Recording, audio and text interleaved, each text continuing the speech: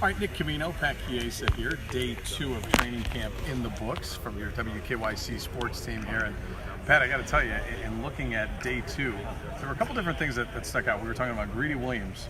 What did you see out there? It seemed like he was making some plays. I think he was the MVP. He picked Baker twice. The second pick in the end zone, he was covering Odell Beckham Jr. Might have stepped out of bounds at the end there, but still high pointed the ball and then got up, tossed the ball in the air, and let out a big old scream that I'm not going to emulate right now because there's media members around and people will look at me all weird. But yeah, he looked good. And the knock on him obviously was his tackling. Coverage is his forte, so we'll see tomorrow when they strap the pads on whether or not he can make tackles as well. But day 2, Nick, I guess the best way to sum it up, like I just said, pads don't go on till tomorrow, till Saturday. So today we can make evaluations on the skill position players, but in terms of the linemen, in terms of the linebacking core, because there are a lot of questions there, I think we're going to have a better judgment on all those guys tomorrow once they're able to strap up the pads and finally hit somebody. Now, I remember on the Friday night that he was drafted in the second round, we were together, and I remember John Dorsey saying, we drafted this guy to start, and as you look at things, you look at the depth chart, looks like that's going to be the case, right? I mean, he's going to be one of those guys that's in that defensive backfield come week 1 against the Titans. It's going to be between him and Terrence Mitchell. They've both been working with the ones, but even during minicamp, they were giving Greedy first-team reps. So that goes to show they want to get him. I mean, that's obviously the goal when you trade up and draft a guy in the second round like they did with him. He made plays in college. Terrence Mitchell's a good player. And he had that broken wrist last year, so that's kind of like an anomaly. It's not like it was a soft tissue injury or anything of that nature. But it should be a good battle between those two. That's definitely one of the battles to watch in camp, and we'll see if Greedy can reach up and knock him off and start week 1 against the Titans. All right, here at training camp, the Browns do media availability in Casey Coleman Fieldhouse, and they brought a couple of the offensive linemen in here. We talked to Treader and Batonio. I would say, Pat, and I'd like to bounce this off of you, if there is a question mark with this team, I would think the offensive line is one of those question marks. Right? There's not many question marks like in previous years, but I would think that offensive line, there's some things that I think need to be answered.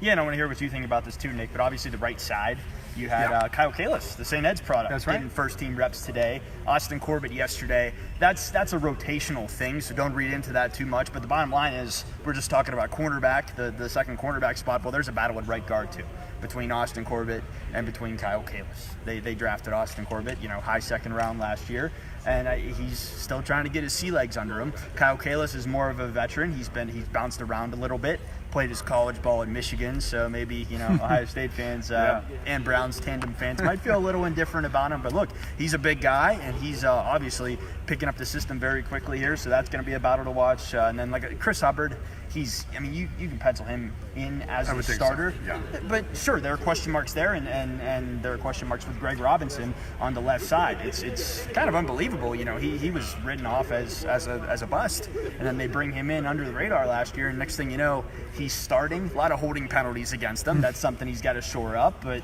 I think he exceeded expectations to even still be here at this point. And then Treader, Chalk, Batonio, Chalk. But yeah, 3 of those positions, sure, there's work to be had. And I think that last year we saw, to bounce off of that, last year we saw so much improvement from that group as the scheme changed, as the head coach changed, and as Baker got better as the year went on. It seemed like that offensive line seemed to flourish. But I just think going into this season with Baker back there, I think that the offensive line is something that we're at least going to have to keep an eye on. That was something that stuck out to me, I think. Yeah, sure.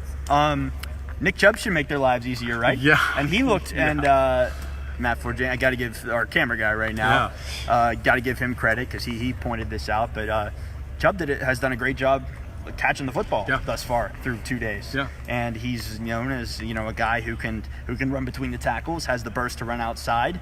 But then, then you saw his catch against the Bengals last year at Paul Brown Stadium. And I think, lest we forget, this dude has some hands too. And he did a really nice job today, I thought. If I could highlight a player on the offensive side of the ball, obviously Greedy on defense, I thought Nick Chubb turned some heads. You can tell that's something he's really been working on in the offseason, getting his hands on the football. How do we temper some of the things what we see here the first couple of days, saying, man, it looks good, first impressions are nice, but man, I think we still have 44 days before kickoff for week 1. Right. There's still a long way to go. For starters, they're wearing shorts. Yeah, right. So at least it's almost like at times, I feel even silly passing judgment about these guys. I know. Now, tomorrow, okay, but it's still day 1 in pads. Yeah. It's just the process, and that's what J.C. Treader just said a few minutes ago. Hey, look, all this hype's great, but we're nowhere where we need to be. and they shouldn't be. That's what training camp's for. So that's what the next month's for. And yeah, there's going to be a lot of storylines to follow though. And I was talking with Maddie about this the other day. Most of them are positive, and it's fun to cover. I'm not going to lie. One of the things that has definitely stuck out to people that have been around this team over the last couple of years, like yourself, is last year, not to pile on the Hugh Jackson era, but last year, these practices did seem to wrap up sometimes 30, 40 minutes early. The opposite so far. It's the opposite so far. We're 30 minutes in. Do you like that? I mean, well, maybe not from a gotta wait a little longer to get my lunch, right? Yeah, but well, I mean, from a team standpoint, I mean, they're putting in work. Yeah, absolutely. As a fan, how can you not like that? The fact, and Kitchen said it yesterday. Tony Grossi asked him about that. He said, "Hey, we're going to keep doing this till we get it right." Yeah. And that's, I mean, how can that be a bad thing to hear? You know, as long as you're making sure, you know, you're taking care of the load management, making sure these guys aren't getting too many reps because you don't want to get anybody injured. But yeah, do it till you get it right. That's what the months of July and August are for. All right, Pat, thanks so much. All right. Yeah. That is day 2 of training camp in the books. Pat Chiesa and Nick Camino from the WKYC Sports Department. Special thanks to Matt Florjancic for helping us out on the digital side. Have a good one.